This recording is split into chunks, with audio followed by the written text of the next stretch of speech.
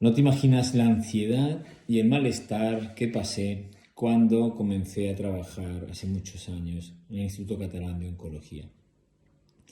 Había acabado la especialidad y había vuelto de Irlanda y era un adjunto joven, adjunto junior, y entraba a un centro que era referente de cuidados paliativos en España. Yo hasta ese momento tampoco tenía conocimiento de toda la envergadura que implicaba estar ahí. Estaban los popes de los cuidados paliativos y además había un grupo de adjuntos, un poco mayores que yo, alguno coetáneo, pero que ya tenían años de experiencia y estaban trabajando ahí mucho tiempo. Incluso estaban a punto de ganar sus plazas ya fijas. Y yo era pues el nuevo y era extranjero y además venía de un centro sociosanitario donde en mi formación la estancia media era mucho más larga y los pacientes estaban mucho más estables, con lo cual me permitía a mí trabajar ciertos aspectos y otras dimensiones que podía abordar.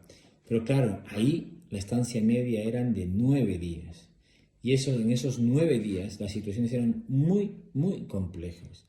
Por lo tanto, ahí hay que trabajar un esquema mental para poder conectar en una situación compleja con el paciente, con la familia y resolver todos los follones que se podían montar. Además, dejar todo escrito en la historia clínica. Recuerdo los primeros meses quedarme hasta muy tarde y además volver algunos sábados, ¿no? Que mi mujer me decía, ¿dónde vas? No, es que no he terminado de escribir la historia. Y volver al hospital para terminar de redactar y que no me faltara nada.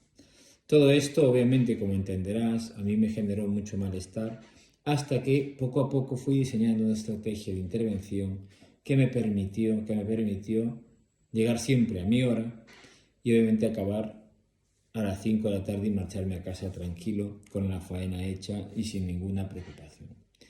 Todo esto implicó pues mucho tiempo de trabajo, mirar, observar, encontrar el punto o los puntos claves para poder conectar con los pacientes, primero que eran quien más lo necesitaban, y además detectar ciertas características y ciertos puntos en común que me permitió básicamente trabajar muchas situaciones complejas. Pensar que una estancia media de 9 días es trabajar diferentes aspectos que implicarán muchas habilidades para conectar con el paciente y luego con la familia. Porque el paciente en 9 días se estabilizaba o en 9 días se moría. Si se estabilizaba, además, teníamos que plantearnos el alta. Y el alta era otra historia y otra situación que aprendí mucho a trabajar. ¿Por qué? Porque el paciente con una situación de fragilidad llegaba al hospital, se sentía sumamente acompañado, sumamente cuidado y a partir de ahí era complicado darle el alta. No me puedo quejar que aprendí de los mejores en su momento, que ya no están en este hospital, pero que valió la pena el esfuerzo y el sacrificio de estructurar una metodología que me permitió a mí conectar con los pacientes y con las familias y acompañarles durante el trayecto del proceso de la enfermedad a un buen puerto. Lo primero y fundamental fue recoger toda la información necesaria antes de hacer la intervención.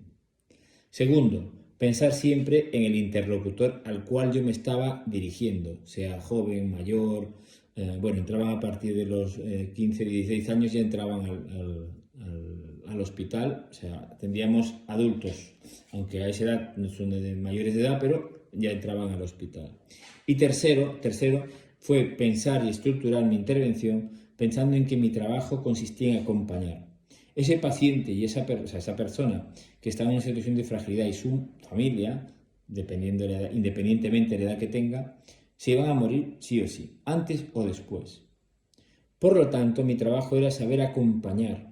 No tenía nada que perder, lo único que tenía que saber era conectar con ellos para que me permitieran acompañarles durante el camino. Y para conectar con él tenía que estudiar muy bien a lo que llamamos en Care Doctor, que es el buyer persona, aquel que te va a comprar la idea.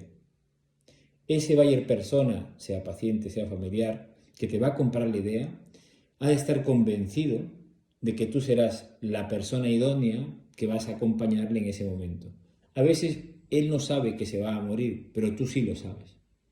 Y como lo sabes, tienes una responsabilidad moral de poder estudiar cuáles son sus principales necesidades para conectar con él. No nos podemos escapar de esa responsabilidad. Por lo tanto, una vez que has estudiado sus principales necesidades, tenemos que entrar. Y eso es lo que estamos enseñando en el programa de planificadores que comenzamos el próximo lunes y para el cual te dejo el enlace adjunto a este vídeo para que, si te interesa profundizar en toda esta metodología, puedas inscribirte y formar parte de esta gran familia de planificadores que va creciendo y creciendo con una metodología estructurada que te permite llegar a un buen puerto con el paciente y su familia. Nos vemos el domingo para los que se inscriban y para los que no, seguimos compartiendo contenido en las redes sociales. Cuidaros mucho y seguir haciendo cosas buenas.